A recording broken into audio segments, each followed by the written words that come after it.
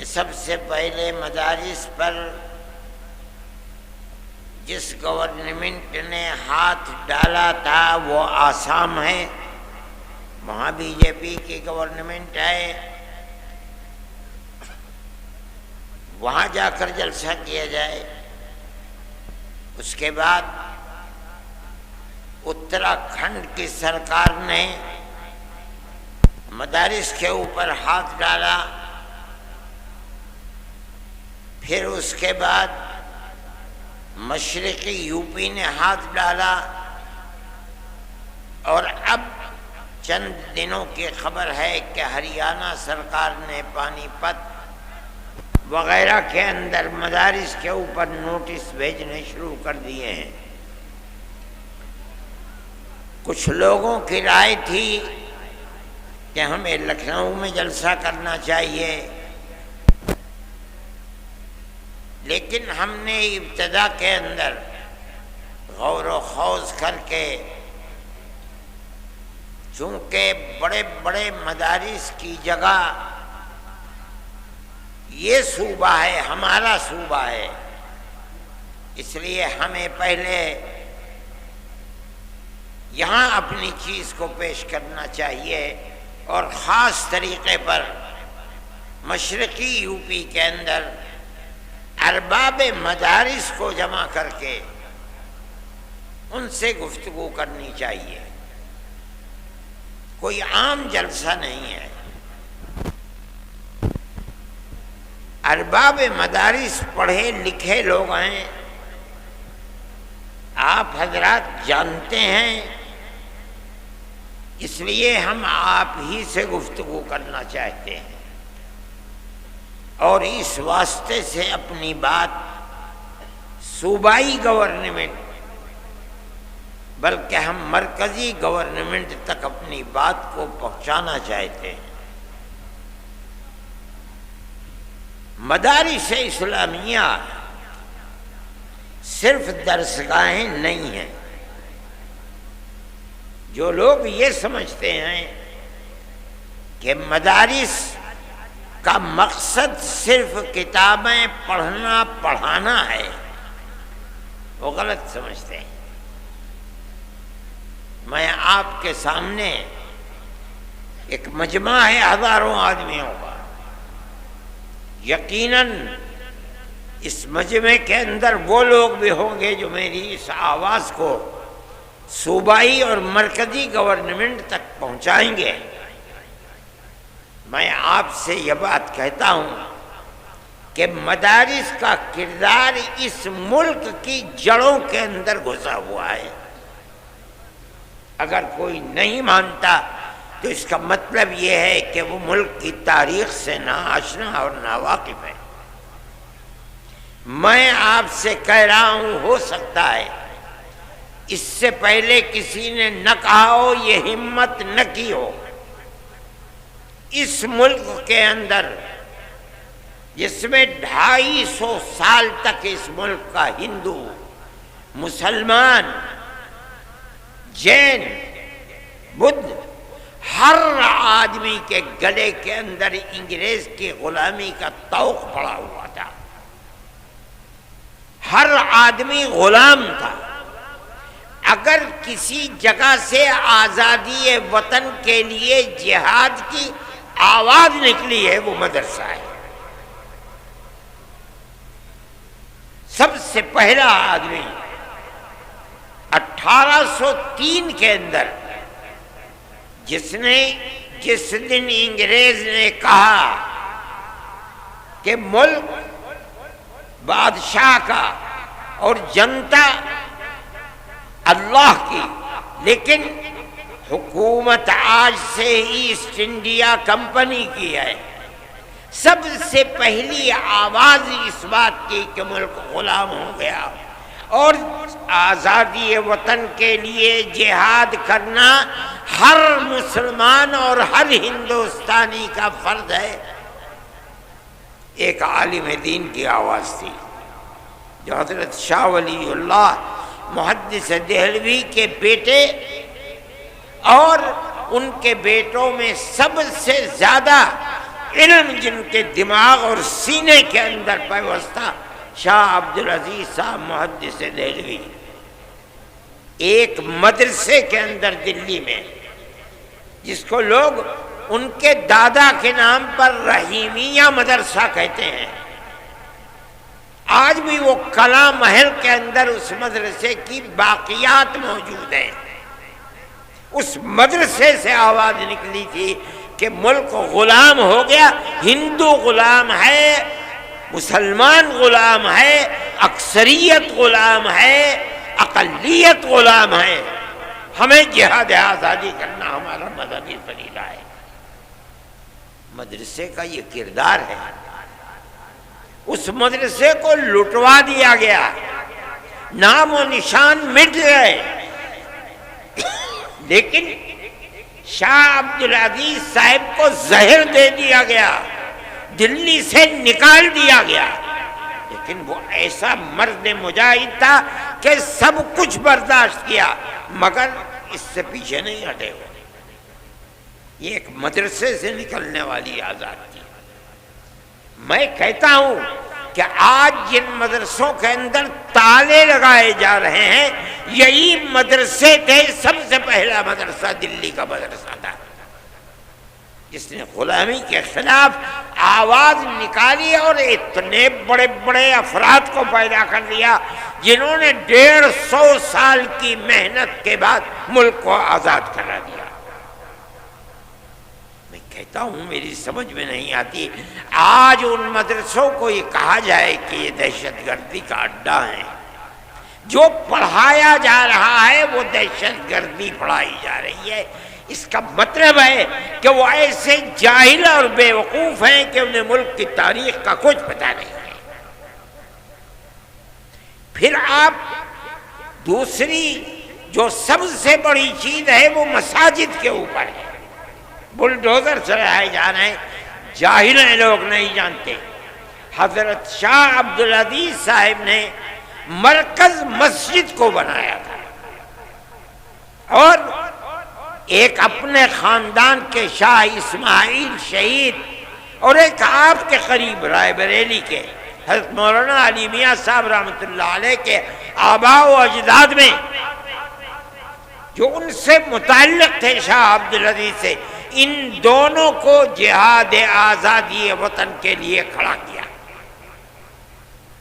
لوگ نہیں جانتے، اور مرکز ایک مسجد کو بنایا دلی کے اندر، اس کا نام تھا اکبری مسجد، جس کو شاہ جہاں کی بیٹی اکبری بیگم نے اس مسجد کو تعمیر کیا تھا۔ اس مسجد کو سید اسماعیل شہید رحمت اللہ علیہ کی تحریک کے لیے مرکز بنایا گیا۔ وہ تحریک یہیں سے چلی ہے۔ ان مسجدوں کو کہا جاتا ہے کہ ان کے اندر تالے بند کرو، بلڈوزر سے ان مسجدوں کو گرا دو۔ ارے پاگل ہو، بے وقوف ہو، اگر تمہارے گردن کے اندر غلامی کا طوق پڑا ہوا تھا، تم غلام تھے انگریز کے، تمہارے اندر ہمت نہیں تھی کہ تم انگریز کے خلاف کچھ کہہ سکو، اگر آواز اٹھی ہے انہی مسجد اور انہی مدرسوں سے اٹھی ہے۔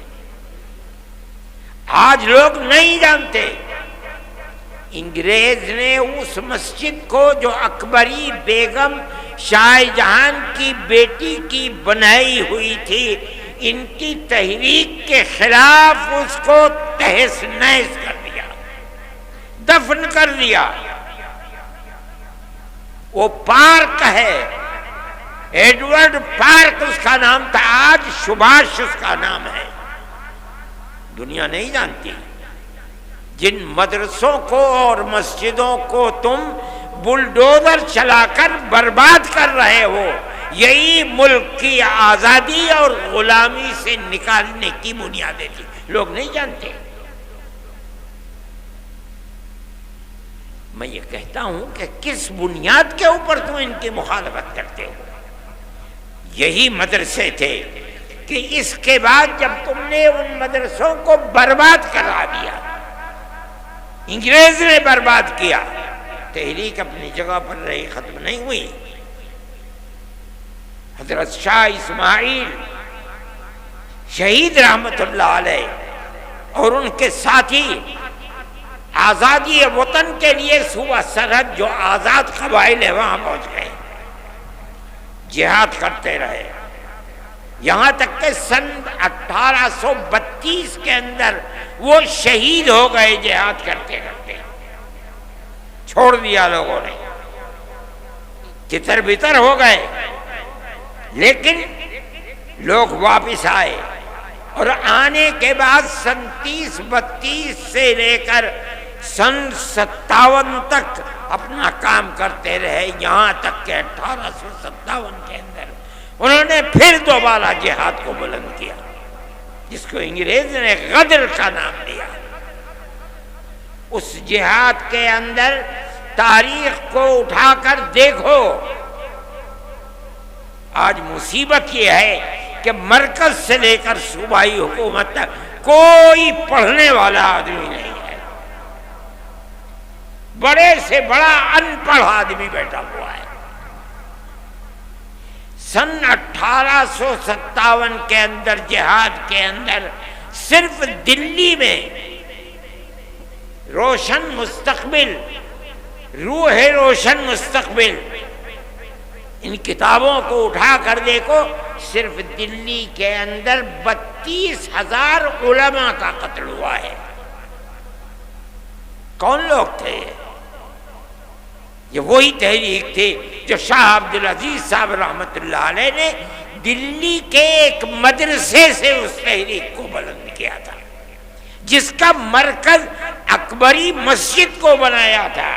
اس مسجد کی در و دیوار آج بھی اینٹیں دفن ہیں۔ ابھی 5-7 سال پہلے شعیب اقبال جو اسمبلی کے ممبر ہوا کرتے تھے، اتفاق سے وہ زمین کو کیوں کھودا نہیں معلوم، اس کے باقیات مل گئے، لیکن بی جے پی گورنمنٹ نے ان کو باقیات کو باقی نہیں رہنے دیا، اس کو پھر پاٹ کر کے زمین کے اندر دفن کر دیا گیا۔ وہ ایک تاریخ تھی۔ یہ مسجدیں اور یہ مدرسے اسی تاریخ کے نمونے ہیں۔ کوئی ہے مائی کا لال بتائے وہ کون سی جگہیں ہیں جہاں سے آزادی وطن اور غلامی کی زنجیر کو نکال کر پھینکنے کے لیے مرکز بنائیں؟ کوئی بتا سکتا ہے؟ میں مسلمان ہوں، میں کہہ رہا ہوں، علل اعلان کہہ رہا ہوں، تاریخ کی کتابوں کو پڑھو، اگر غلط کہہ رہا ہوں بتاؤ غلط ہے۔ کیوں مدرسوں کے پیچھے پڑے ہوئے؟ ہمارا تعلق کوئی سیاست سے نہیں ہے۔ پھر دیکھیے، جب 1857 کے اندر 2 لاکھ مسلمان شہید کر دیا گیا، ابھی 1-1.5 مہینہ پہلے، بلکہ 1 ہی مہینہ ابھی ہوا ہے کہ جب وقف کے مسئلے کے اندر پارلیمنٹ کے اندر گفتگو ہوئی تو ایک ہندو بڑی بہترین اردو بولنے والا، میرے اس کے باپ سے تعلقات تھے، جو آسام کا چیف منسٹر تھا، اس کا بیٹا ہے گوگوئی، اس نے تقریر کی، پارلیمنٹ میں کہا کہ 2 لاکھ مسلمانوں نے اپنی جان آزادی وطن کے لیے دی ہے۔ ان لوگوں کے نام لیے جنہوں نے آزادی وطن کے لیے اپنی جان کو قربان کیا ہے، اور یہ ایک حقیقت ہے۔ نتیجہ کیا ہوا اس کا؟ ملک آزاد ہوا۔ کیسے کیسے افراد پیدا کیے۔ دارالعلوم کی بنیاد اسی پر بنی ہے۔ جب 1857 میں خدا کی قدرت، آزادی وطن کے لیے جو لوگ کھڑے ہوئے تھے انگریز کے خلاف، ان کے حق میں فیصلہ اللہ کا نہیں تھا، ناکام ہو گئے۔ بچے گھروں کے اندر، باپ شہید کر دیا گیا، کوئی نام لینے والا نہیں ہے، گھر میں کچھ نہیں ہے، بچے بھیک مانگنے کے لیے باہر ہیں، ماں اپنی عزت کو بچائے ہوئے گھر کے اندر بیٹھی ہوئی ہے۔ چرچ کے لوگ نکل رہے ہیں، ان بچوں کا ہاتھ پکڑ رہے ہیں، ہمیں دو بچے کو، ہم اسے مفت پڑھائیں گے، مفت لکھائیں گے، مفت کپڑے دیں گے پہننے کے لیے، پڑھا کر کے ملازمت دیں گے کہ اپنے پیٹ کو بھی پالے گا، تمہارے پیٹ کو بھی پالے گا۔ اس صورتحال کو جب عام معافی کا اعلان ہوا اور ان مدرسوں کا بنیادی کردار رکھنے والے حضرت نانوتوی اور حضرت گنگوہی اور ان کی جماعت نے دیکھا تو بیٹھ کر میں مدرسوں کے بنانے کا فیصلہ کیا، اور ٹھیک 9 سال کے بعد سن 1866 کے اندر دارالعلوم کی بنیاد ڈال دی۔ اس بنیاد کے بعد سب سے پہلی شخصیت جو سامنے آئی ہے وہ حضرت شیخ الہند رحمۃ اللہ علیہ کی شخصیت کہی جاتی ہے۔ ان کے شاگردوں کے شاگرد یہ لوگ ایسے تھے کہ جن کے رگو پے کے اندر خون تھا، اور وہ خون آزادی وطن کا تھا۔ وہاں سے پھر آزادی کی تحریک، چین سے نہیں بیٹھے، 2 مرتبہ شکست ہوئی۔ ایک مرتبہ تو وہ شکست ہوئی جس کے اندر شاہ عبدالعزیز صاحب کے 2 شاگرد تھے، اور ایک مرتبہ 1857 کی شکست۔ اس کے بعد انہوں نے دارالعلوم دیوبند کی بنیاد ڈالی۔ کس لیے؟ حضرت شیخ الہند رحمۃ اللہ علیہ فرمایا کرتے تھے کہ حضرت الاستاد حضرت نانوتوی رحمۃ اللہ علیہ نے جس لیے دارالعلوم کی بنیاد رکھے میں اسے جانتا ہوں۔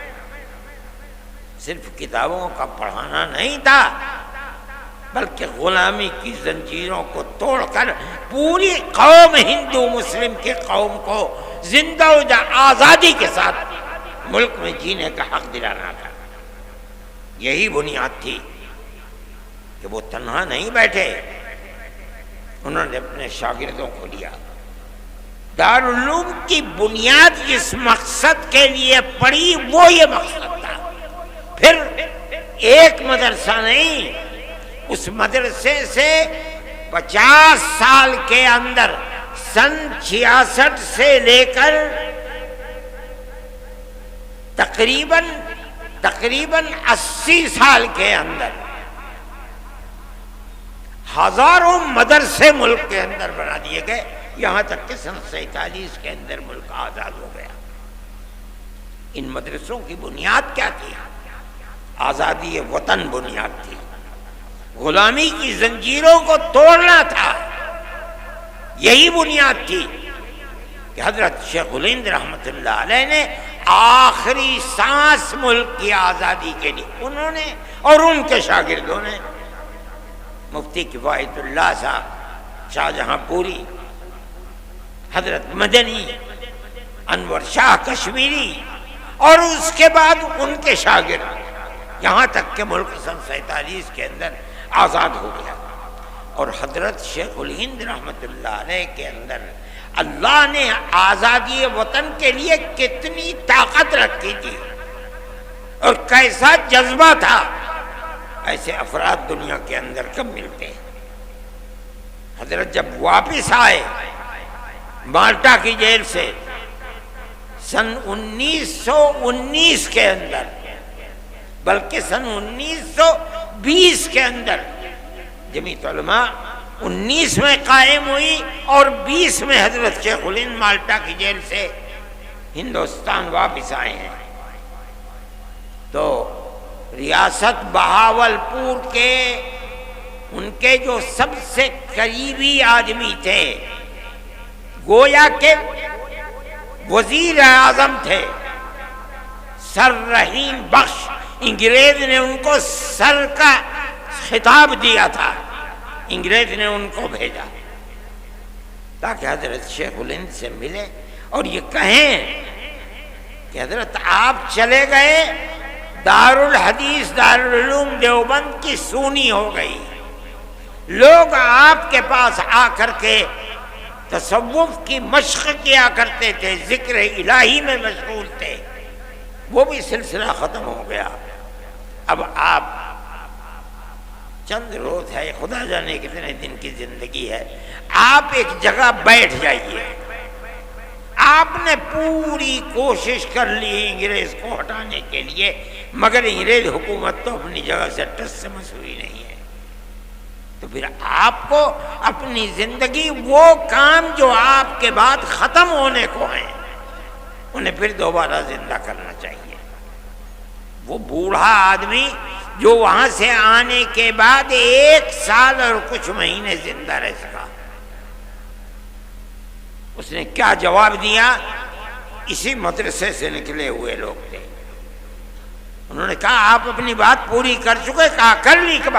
فرمایا کہ میں بوڑھا ہو گیا، جس سرزمین پر انگریز کی حکومت ہے وہاں جینا تو جینا، اس سرزمین پر مر کے دفن ہونا بھی مجھے گوارا نہیں ہے۔ میں تو ہندوستان صرف اس لیے آیا ہوں کہ میں آ کر اعلان کروں کہ انگریز کی غلامی حرام ہے۔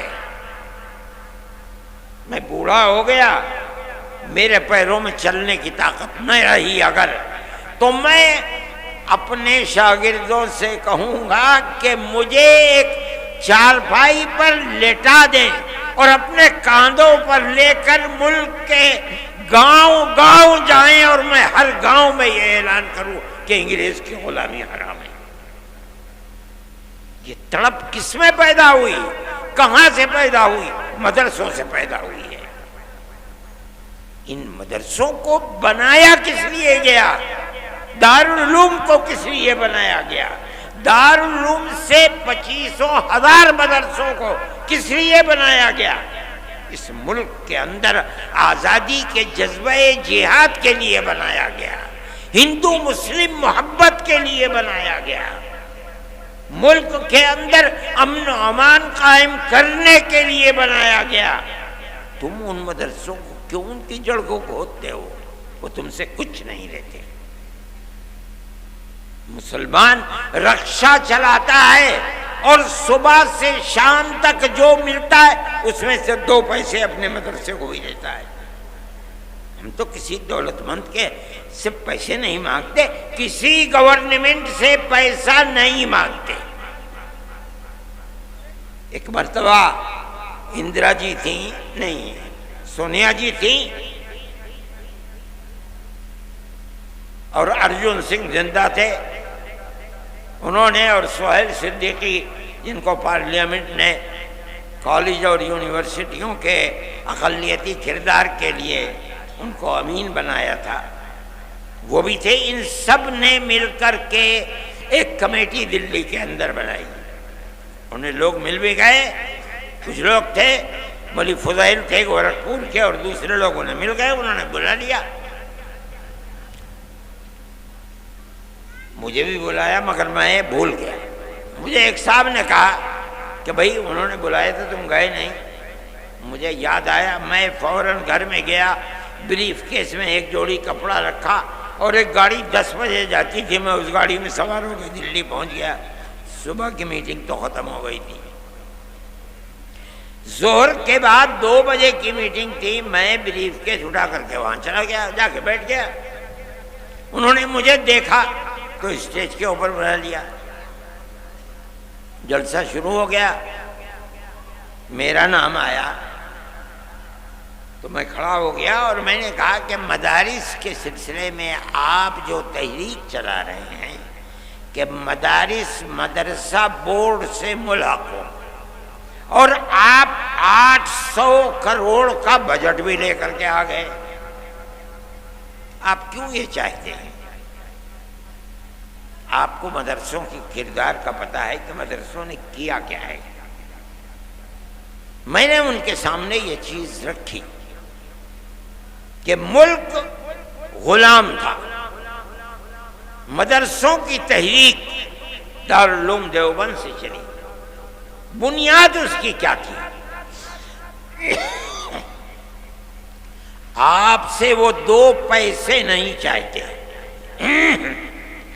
اس لیے کہ انہیں یقین ہے کہ اگر آپ پیسہ دیں گے تو کل کو آپ ان کے نظام تعلیم میں بھی دخل دیں گے، ان کے نصاب تعلیم میں بھی دخل دیں گے۔ وہ اپنے آپ کو آزاد رکھنا چاہتے ہیں۔ ارجن سنگھ کہنے لگے کہ ہم وعدہ کرتے ہیں کہ ہم دخل نہیں دیں گے۔ میں نے کہا میں نہیں کہتا ہوں کہ آپ جھوٹ بول رہے ہیں، بالکل سچ بول رہے ہیں، لیکن آپ میری ایک بات کا جواب دیں، ابھی الیکشن کے اندر 2 سال باقی ہیں، 3 سال گزر چکے، اقتدار کی کرسی پر آپ بیٹھے ہیں، آپ کہہ رہے ہیں کہ ہم دخل نہیں دیں گے، کیا آپ مجھے گارنٹی دے سکتے ہیں کہ 2 سال کے بعد جو اگلا الیکشن ہوگا آپ ہی جیت کر آئیں گے؟ کہنے لگے نہیں گارنٹی نہیں دے سکتے۔ میں نے کہا ٹھیک کہتے ہیں، آپ تو 2 سال کی بھی گارنٹی نہیں دے سکتے، اور میں مدرسے کا آدمی ہوں، میں اپنے دل کے اندر یہ ارمان رکھتا ہوں کہ اگر اللہ نے مجھے قیامت تک کی زندگی دی تو میں قیامت تک مدرسے کو زندہ رکھوں گا، میرا آپ سے کیسے ساتھ ہو سکتا ہے؟ اس لیے میں جمعیت علماء کے پلیٹ فارم سے کہتا ہوں، ہم کل بھی مخالف تھے گورنمنٹ کی مدد کے، آج بھی مخالف ہیں، اور جب تک زندہ رہیں گے مخالفت کرتے رہیں گے۔ ہمیں آپ کی کیا ضرورت ہے؟ مدرسہ ہماری دنیا نہیں ہے، ہمارا دین ہے۔ جس طرح مسجد ہمارا دین ہے، اسی طرح مدرسہ بھی ہمارا دین ہے۔ اگر مسجد میں نماز پڑھی جاتی ہے، مدرسے میں نماز پڑھنا سکھلایا جاتا ہے۔ اگر مسجد میں قرآن پڑھا جاتا ہے، مدرسے میں قرآن پڑھنا سکھلایا جاتا ہے۔ دونوں ایک چیزیں ہیں۔ جب ہم مسجد میں آپ سے کوئی مدد نہیں لیتے، ہم مدرسے میں کیوں آپ سے مدد لیں؟ ہم نہیں آپ سے مدد لینا چاہتے ہیں۔ میں نے یہ بات کہی، میرے آدمی تھے وہاں بہت، لیکن صبح سے جو سن رہے تھے سب خاموش بیٹھے ہوئے تھے۔ میرے بعد ایک اور صاحب کھڑے ہوئے، پہلے تو انہوں نے یہ کہا کہ آپ نے مجھے وقت دیا اور ارشد کے بعد وقت دے دیا۔ میں نے کہا آپ مطمئن رہیں، آپ نے میری بات سنی ہے، میں آپ کی بات سنوں گا، کوئی میں نقد نہیں کروں گا، میرے اندر یہ ہمت ہے۔ انہوں نے بولنا شروع کیا، تھوڑی دیر کے بعد جیسے انہوں نے کہا کہ مدرسوں نے اپنے کردار کو ختم کر دیا، بس وہ تو سارے لوگ کھڑے ہو گئے اور نکالو اور مارو اور بھگا دو یہاں سے۔ میں نے سہیل صدیقی کے اوپر ہاتھ رکھا، میں نے کہا بھائی اچھا میں جا رہا ہوں، پکڑ لیا مجھے، خدا کے لیے مت جاؤ، اس مجمع کو ہم قابو میں نہیں کر پائیں گے۔ میں نے انہیں سمجھایا، وہ بیٹھ گئے۔ میں یہ بات کہتا ہوں کہ گورنمنٹ کی طرف سے کوئی بھی ایسی بات جو مدرسے اور مسجدوں کے اوپر کوئی زنجیر باندھنے کی چیز ہے، کیوں ہو رہا ہے؟